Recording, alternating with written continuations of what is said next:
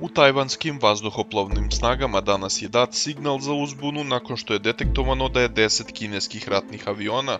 prešlo srednju liniju iznad tajvanskog Moreuza, a 4 kineska ratna broda primećena su u patrolama u istom području, saopšteno iz tajvanskog ministarstva odbrane. To je drugi put za manje od nedelju dana da Tajvan saopštava o kineskim vojnim aktivnostima, nakon što je u četvrtak 37 kineskih borbenih aviona ušlo u sferu dejstvovanja tajvanske PVO, a potom se udaljilo prema zapadnom Pacifiku, prenosi Reuters, a javlja Tanjug.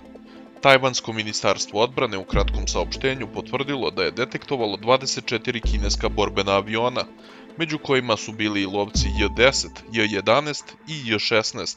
kao i Suhoi 30, praćeni bombarderima H-6, navodeći da je 10 kineskih vojnih letelica prešlo srednju liniju tajvanskog Moreuza, koji razdvaja dve strane i služi kao nezvanična barijera koju Kina ne priznaje i često je narušava.